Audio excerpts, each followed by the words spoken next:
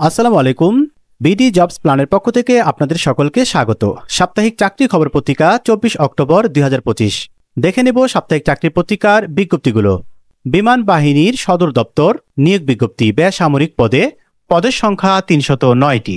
বাংলাদেশ ব্যাংকে চাকরি, পদের সংখ্যা রয়েছে 1017টি। চট্টগ্রাম উন্নয়ন কর্তৃপক্ষ, পদের সংখ্যা রয়েছে 115টি। জেলা প্রশাসকের কার্যালয় বরিশাল, পদের সংখ্যা রয়েছে 83টি। বাংলাদেশ অভ্যন্তরীণ নৌ পরিবহন কর্তৃপক্ষ, পদের সংখ্যা রয়েছে 214টি।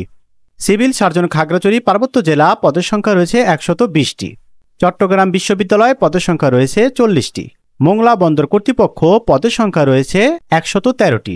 আনসার ও গ্রাম প্রতিরক্ষা বাহিনী, পদের সংখ্যা রয়েছে 67টি। চট্টগ্রাম ভেটেরিনারি ও অ্যানিমেল সায়েন্সেস, পদের সংখ্যা রয়েছে 47টি।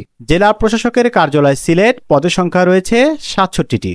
জেলা প্রশাসকের কার্যালয় বান্দরবন, পদের সংখ্যা রয়েছে 50টি। শিল্প মন্ত্রণালয় চাকরি, পদের সংখ্যা রয়েছে 23টি।